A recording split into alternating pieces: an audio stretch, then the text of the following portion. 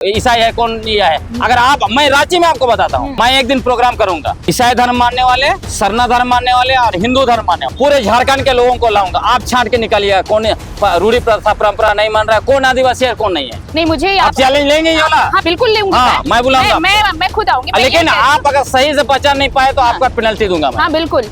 देश का basic structure जो कॉन्स्टिट्यूशन का है, उस स्ट्रक्चर पर हमला कर रहे हैं, संविधान का अपमान कर रहे हैं असल में। और यही लोग आदिवासी तय करना चाहते हैं। आप आदिवासी तय नहीं करोगे ना। आदिवासी कौन है, आदिवासी क्या खाएगा, आदिवासी क्या धर्म मानेगा, वो सब कुछ आदिवासी तय करेगा। ये आरएसएस, बीजेपी और इनके धांगर वो तय नहीं करेंगे। ये लोग फेसबुक और व्हाट्सएप और जो क्या क्या टेक्नोलॉजी उपयोग करेंगे, आधुनिक गाड़ी में घूमेंगे। अपनी भाषा ये लोग नहीं जानते। जितने भी रूढ़ी प्रथा परंपरा के नाम पर ढोल पीटते हैं, पूछिए ना क्या उनको अपनी भाषा आती है?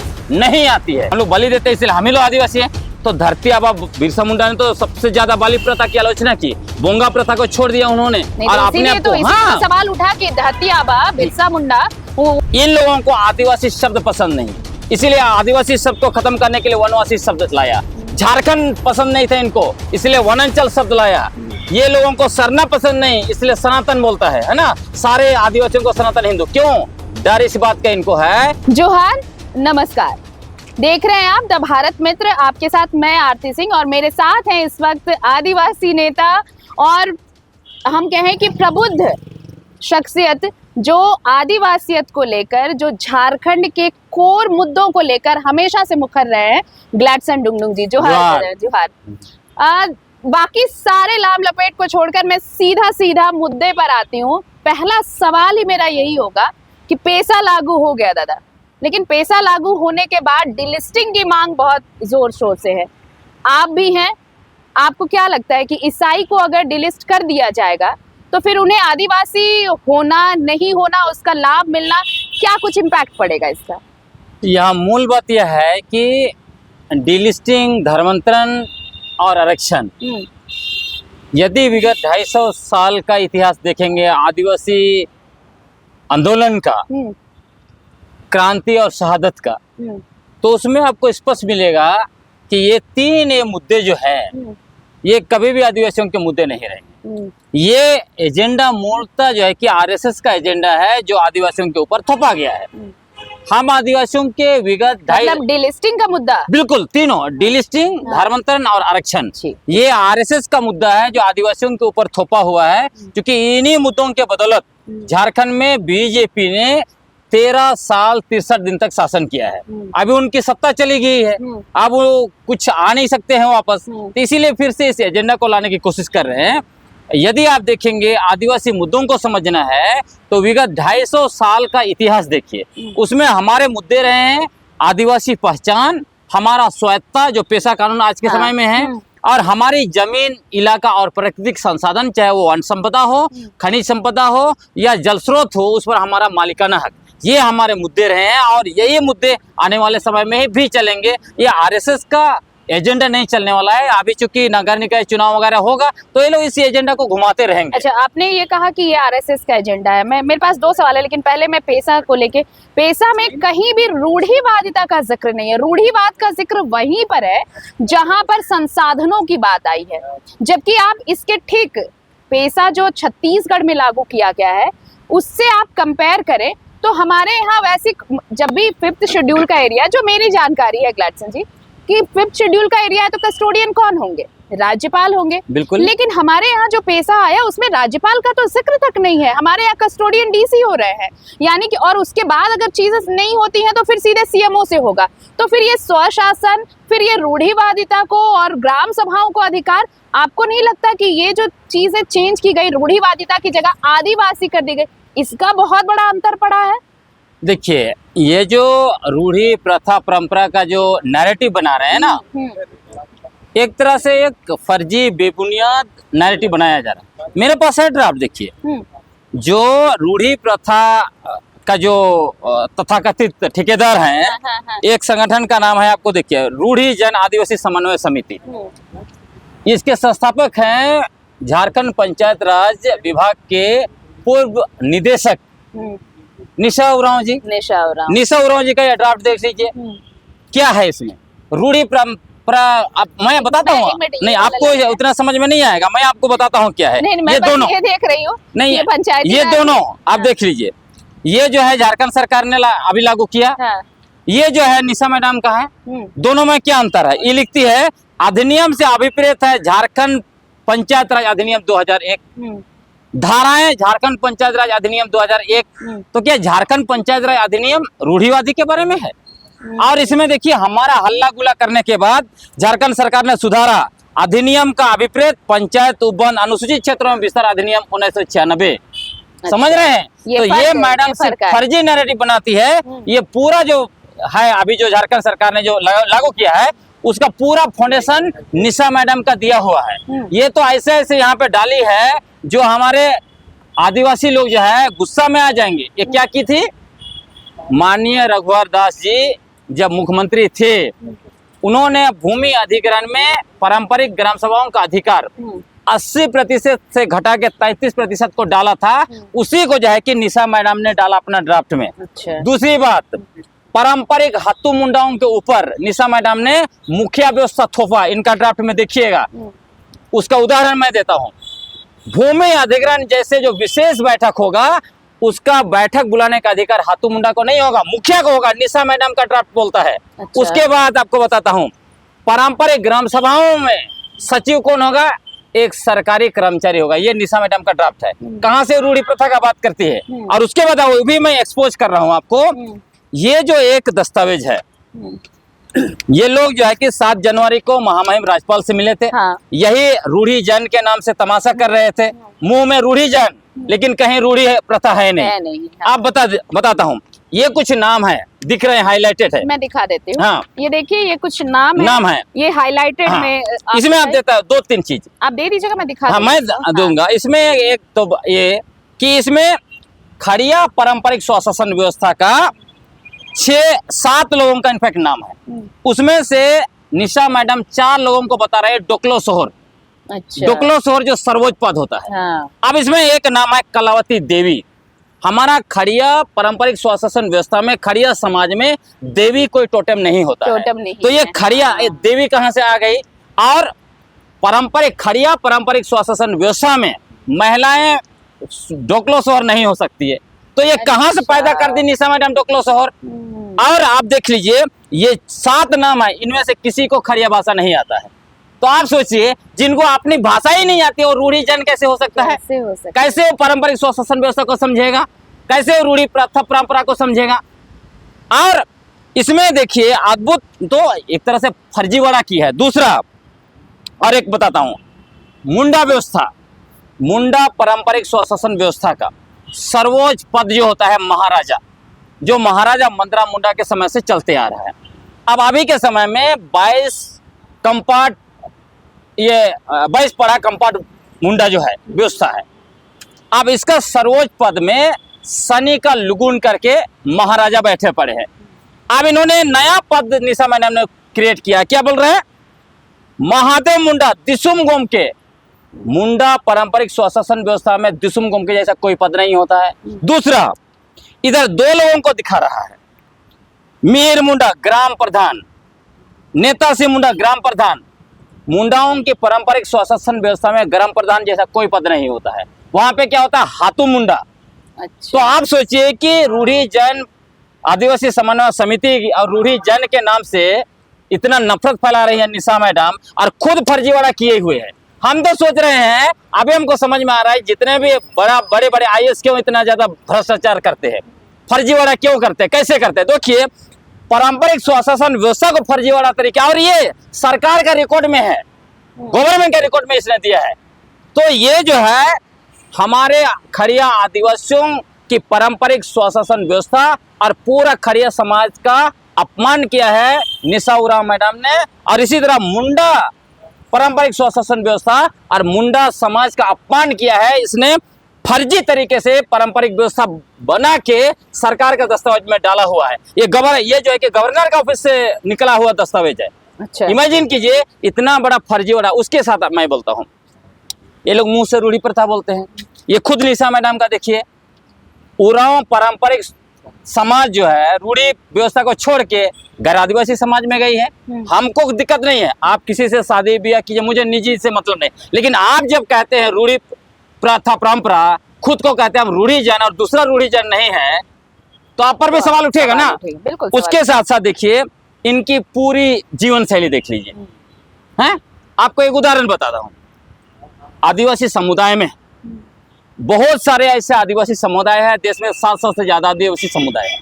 उसमें काफी समुदाय में शादी से पहले, जैसे लड़की का शादी तय हो गया तो उसका पूरा गोदना जरूरी है। जैसे हमारे खरिया में तो कम गोदना होता है, उरांव में ज्यादा आपको गोंड में मिलेगा, पूरा शरीर में गोदना। आज ये लोग जितना भी शहर में रहते हैं, रूढ़ी प्रथा परंपरा के नाम पर नफरत फैलाते हैं, खोजिए तो गोदना। ये लोग शादी से पहले ब्यूटी पार्लर जाते हैं। आप जो है कि ब्यूटी पार्लर जाके खुद को चमकाइएगा और रूढ़ी प्रथा परंपरा के नाम पे जो है कि ढोल पिटिएगा, दोनों चलेगा क्या? नहीं, बिल्कुल नहीं। आप जो है कि आधुनिक मोबाइल से लेकर व्हाट्सएप, फेसबुक, सब कुछ रूढ़ी प्रथा परंपरा में हमारे पुरखे क्या करते थे? संताल हुल संदेश कैसे भेजा गया था मैडम? संदेश भेजा गया था, सखुआ का पत्ता घुमाया गया था, तब 60,000 संताल एकजुट हुए थे। ये लोग फेसबुक और व्हाट्सएप और जो क्या क्या टेक्नोलॉजी उपयोग करेंगे, आधुनिक गाड़ी में घूमेंगे, अपनी भाषा ये लोग नहीं जानते। जितने भी रूढ़ी प्रथा परंपरा के नाम पर ढोल पिटते हैं, पूछिए ना क्या उनको अपनी भाषा आती है? नहीं आती है। ये लोग अंग्रेजी बोलेंगे, अंग्रेजी में जिएंगे, दूसरे भाषाओं में जिएंगे, और रूढ़ी प्रथा परंपरा के नाम पर नफरत फैलाएंगे तो फैलाने दिया जाएगा? नहीं ना। तो पूरा सिर से पैर तक भाषा, संस्कृति, परंपरा, रीति रिवाज, जीवन शैली सब कुछ गैर रूढ़ी, और यहाँ पे ढोल पिट रहे हैं रूढ़ी प्रथा, रूढ़ी जन, और नफरत फैला रहा है, क्योंकि इनको चुनाव लड़ना है। और मैं आपको बताता हूँ, ये जो वोट, चुनाव और बहुमत, ये हमारा आदिवासी व्यवस्था नहीं है। क्या होता है हमारा? कंसेंट, सर्वसम्मति। अभी देखिएगा जितने लोग सबसे ज्यादा रूढ़ी प्रथा परंपरा के नाम पर नफरत फैला रहे हैं, सरनाई से कर रहे हैं, डिलिस्टिंग बोल रहे हैं, ये लोग अभी नगर निकाय चुनाव में कूद पड़ेंगे। तो जीवन में कुछ भी नहीं रूढ़ी प्रथा, सारा बाहरी व्यवस्था में आप जी रहे हो और बकवास करेंगे तो हम लोग चलने नहीं देंगे। अच्छा, ये गुस्सा इसलिए तो नहीं है कि रूढ़िवादिता की बात की गई तो ऐसे लोग, अगर डिलिस्टिंग किया भी गया तो शायद ऐसे लोग जैसे आप ही, अगर आप क्रिश्चियन हैं तो फिर आप आदिवासी, जो सवाल उठ रहे हैं कि जो क्रिश्चियन हो गए वो रूढ़िवाद से कैसे जुड़े रहेंगे?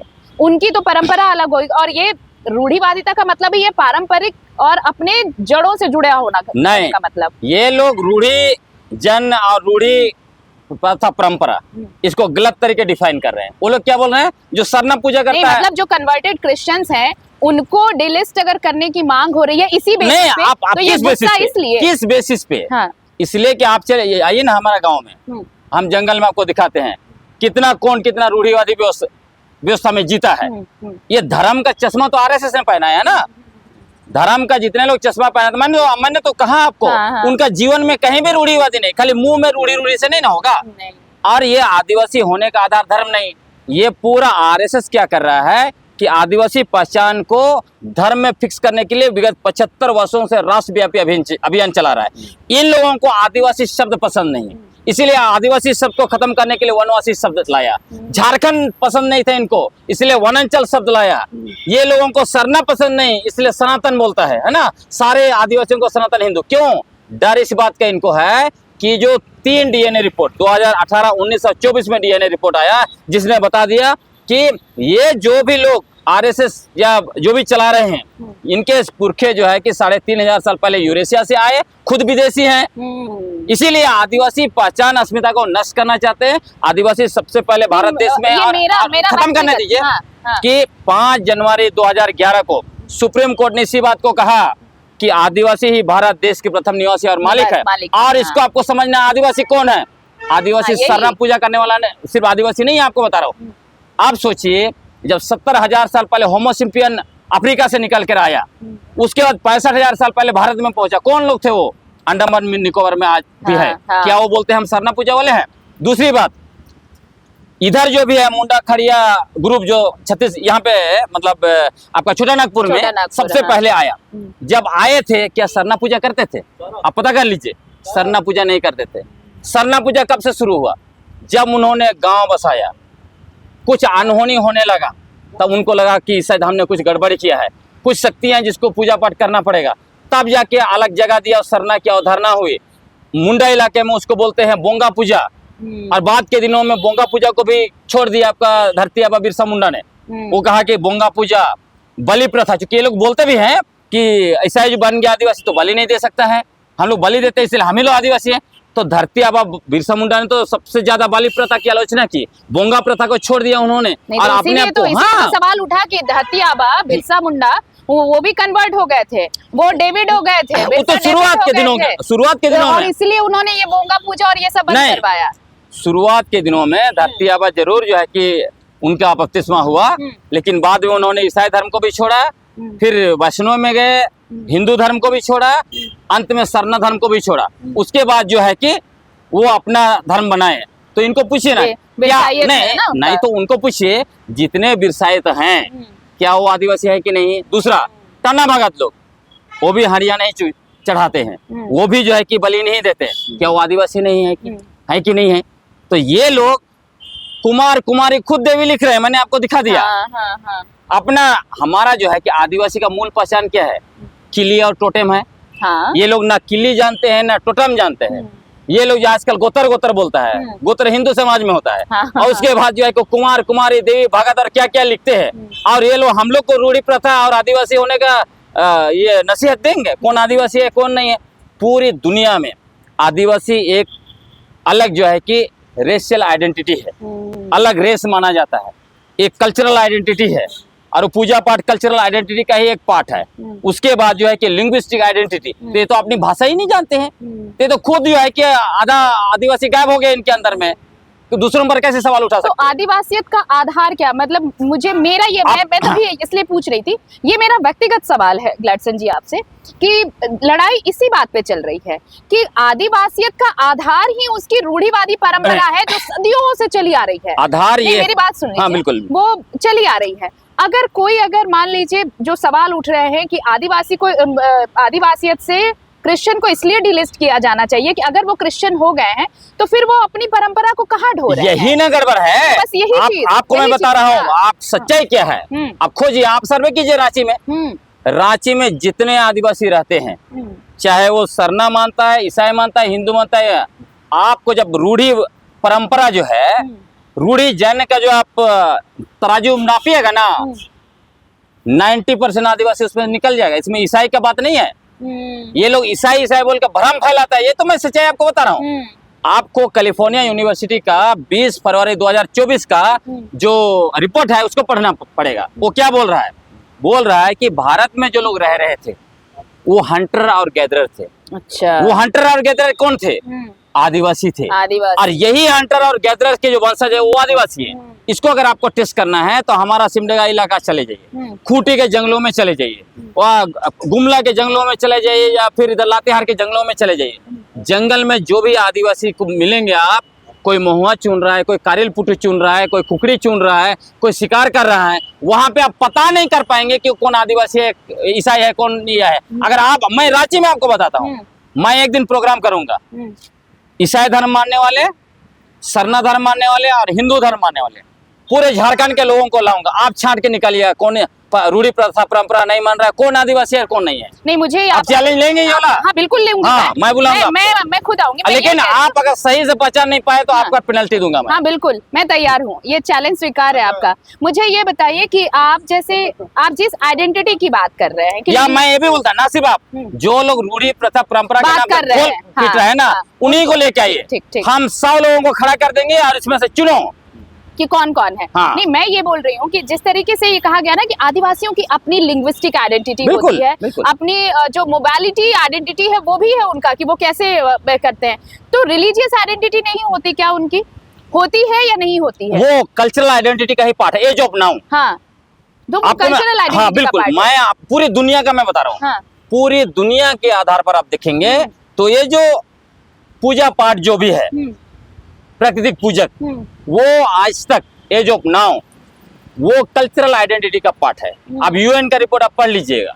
उसके बाद मैं आपको बताता हूँ दूसरी बात। भारत में ब्रिटिश हुकूमत के समय में निश्चित तौर पर एक अलग कॉलम डाला गया था एज ए रिलीजियस आइडेंटिटी, लेकिन जैसे ही भारत आजाद हुआ उसको हिंदू कॉलम में मर्ज कर दिया गया। तो जो लोग मर्ज कर दिए, क्यों मर्ज कर दिए, मैंने आपको बताया। क्योंकि इससे इनको बहुत ज्यादा थ्रेट था। इसीलिए दो चीज किया गया, एक तो संविधान का अनुच्छेद 13(5) जो ड्राफ्ट कॉन्स्टिट्यूशन था उसमें आदिवासी और एबोरिजिनल शब्द था। इन लोगों को डर लग गया यदि कॉन्स्टिट्यूशन में आदिवासी शब्द होगा तो आने वाले समय में आदिवासी जो है कि दावा करेगा इस देश का हम मालिक हैं, मुझे इस देश का जितना भी संसाधन है उस पर पहला अधिकार मेरा बनता है। ये लोग इंडिजिनस पीपुल्स अपने आप को घोषित कर देंगे। इसीलिए उसको षड्यंत्र के तहत 1 दिसंबर 1948 को डॉक्टर भीमराव अंबेडकर ने हटा दिया। जैसे मरांगम के जयपाल सिंह मुंडा को पता चला कि आदिवासी शब्द को, एबोरिजिनल शब्द को हटा दिया गया है संशोधन संख्या 491 के द्वारा, 2 दिसंबर 1948 को कॉन्स्टिट्यूएंट असेंबली में तुरंत उन्होंने सवाल किया कि मैं जानना चाहता हूं कि डॉक्टर भीमराव अंबेडकर ने आदिवासी शब्द को क्यों हटाया। और यही चीज जो है जो मर्ज कर दिया गया हिंदू कॉलम को, यह आदिवासियों का एक तरह से कह सकते हैं संगठित रूप से बृहद पैमाने पर एक तरह से थोक धर्मांतरण किया गया हिंदू धर्म में। और आज भी देखिए यही ताकत क्या कहता है, धर्मांतरण का अपने अनुसार डिफाइन करता है। जो ईसाई धर्म को मानता है वो धर्मांतरण है, जो हिंदू धर्म को मानता है वो धर्मांतरण नहीं है। जब आदिवासी का अपना धर्म है तो फिर आप क्यों ऐसे करेंगे? जो हिंदू धर्म को मानेगा वो भी धर्मांतरण होगा ना। तो देश में 89% आदिवासी हिंदू धर्म को मानता है, झारखंड में 37% आदिवासी हिंदू धर्म को मानता है, मात्र 15% आदिवासी ईसाई धर्म को मानता है। तो 15% पर चर्चा होती है और देश में 5% आदिवासी ईसाई धर्म को मानता है। 5 पर चर्चा होती है, 5 पर हवाबाजी, लेकिन 89 गायब, 37 गायब। क्यों भाई? यहाँ पे बड़ा बड़ा आयोजन करके आदिवासियों का जो है कि घर वापसी के नाम पे हिंदू धर्म में धर्मांतरण हो रहा है, उस पर कोई चर्चा नहीं। लेकिन इधर कहीं पे जो है ये ईसाई मिशनरियों का कोई सभा है, चंगाई सभा है, उस पर हो हल्ला, पूरा जो है कि ढोल पीट तमाशा हो रहा है। ये क्या चल रहा है? आप ये सारे लोग देश का बेसिक स्ट्रक्चर जो कॉन्स्टिट्यूशन का है उस स्ट्रक्चर पर हमला कर रहे हैं, संविधान का अपमान कर रहे हैं असल में। अच्छा, और यही लोग आदिवासी तय करना चाहते हैं। आप आदिवासी तय नहीं करोगे ना। आदिवासी कौन है, आदिवासी क्या खाएगा, आदिवासी क्या धर्म मानेगा, वो सब कुछ आदिवासी तय करेगा। ये आरएसएस, बीजेपी और इनके धांगर वो तय नहीं करेंगे। ठीक है, एक आखिरी सवाल मेरा है, अभी सेंसस होने वाला है ग्लैडसन जी, हो रहा है ना। मान लीजिए कि अगर आदिवासियों के लिए अगर एक यूनिफॉर्म कंसेंट तैयार हो जाता है कि वो सरना चाहते हैं या आदिवासी चाहते हैं, किसी नाम पे मुहर लग जाती है। फरवरी में तो होने वाला है ना दिल्ली में कुछ बड़ा, बिल्कुल, बिल्कुल। आप लोग जंतर मंतर पे आदिवासियों का एक महाजुटान है। अगर किसी एक यूनिफॉर्म वर्ड पे अगर आप लोगों का कंसेंट हो जाता है कि हम लोग इस नाम पर अपना कोड लेंगे, अगर मिलता है तो ठीक है, लेकिन मुझे ये बताइए अगर नहीं मिलता है और जैसे कि चांसेस हैं अभी कि नहीं मिलेगा, तो उस वक्त ईसाई धर्म वाले जो हैं अगर आदिवासियों का रहेगा तो क्या वो ईसाई में कॉलम में जाएंगे या आदिवासी कॉलम में जाएंगे? मुझे ये बताइए। सबसे पहली बात नहीं, मुझे सिर्फ इसका मुझे जवाब चाहिए। मैं आपको बता नहीं, क्योंकि आप ईसाई कॉलम में जाएंगे या आप जो है कॉलम में जाएंगे? आदिवासियत को गलत तरीके से फिक्स करने की कोशिश कर रहे हैं। नहीं, मैं फिक्स नहीं करूंगी, ये सवाल है। इसीलिए अच्छा, मुझे बताइए कि क्या ये सिर्फ मेरे सवाल है? नहीं, पूछे जाते हैं जो लोग ये आदिवासी का आइडेंटिटी को धर्म के आधार पर फिक्स करना चाह रहे हैं वही भी गलत है ना। हाँ। आदिवासी की पहचान धार्मिक पहचान नहीं है। अगर आदिवासी मान लीजिए जैसे लोग नैरेटिव बनाते हैं कि जो आदिवासी सरना धर्म को मानता है वही आदिवासी है, तो जितने हमारे जो कुर्मी महतो लोग हैं, बहुत सारे तो कुर्मी महतो सरना धर्म को मानता है, फिर उसको आदिवासी आप क्यों नहीं बोलते हो? जितने बाहर के लोग जो है झारखंड में आके बस रहे हैं, फिर तो सब लोग सरना पूजा करेंगे, आदिवासी हो जाएंगे, बहुत आसान है ना, कोई दिक्कत नहीं। भारत सरकार से क्यों मांगेंगे? तो मैं कह रहा हूँ कि आदिवासी कोई धार्मिक समूह नहीं है। आदिवासी एक जो है नस्लीय समूह है, वो भाषाई समूह है और सांस्कृतिक समूह है। इसकी आइडेंटिटी धर्म के आधार पर नहीं हो सकता है। आप कॉलम का सवाल है, जो व्यक्ति जहां कॉलम मिलेगा उसकी आजादी है, सिंपल सा बात है हमारा। लेकिन सरना कॉलम जरूर मिलना चाहिए। भारत देश का प्रथम निवासी आदिवासी है तो उसकी धार्मिक आइडेंटिटी, उसकी सामाजिक आइडेंटिटी, सांस्कृतिक आइडेंटिटी, भाषाई आइडेंटिटी, रेशियल आइडेंटिटी, सब आइडेंटिटी का पहचान मिलना चाहिए। तो देखिए ग्लैडसन जी ये कह रहे हैं कि धर्मांतरण हो चाहे डिलिस्टिंग का मुद्दा हो, ये सब एक नैरेटिव सेट करने की कोशिश की जा रही है। हमारे अपने तर्क हो सकते हैं, आपके अपने तर्क हो सकते हैं, उसी तरह ग्लैडसन जी के भी अपने तर्क हैं। लेकिन मुख्य मुद्दा ये है कि आदिवासी है कौन और कौन आदिवासी है ये तय करेगा कौन, सबसे बड़ी बात है। पैसा सिर्फ लागू कर दिया जाना और पैसा में जो खामियां बताई जा रही हैं उसके उलट वो गुट भी है जो पैसा को सही सलामत बता रहा है झारखंड के लिए। लेकिन सबसे बड़ी बात है, क्या स्वशासन का अधिकार आदिवासियों को मिलेगा, क्या उनका हक उन्हें मिलेगा, ये सबसे बड़ा सवाल है झारखंड के लिए। बहुत शुक्रिया ग्लैडसन जी हमारे साथ बातचीत करने के लिए। और भी बातें होती रहेंगी। फिलहाल अगर आपको लगता है कि इसमें और कुछ ग्लैडसन जी की बातों से सहमत नहीं है या मेरी बातों से सहमत नहीं है तो कमेंट सेक्शन में आप भेज सकते हैं। दीजिए इजाजत, नमस्कार, जोहार। जोहार।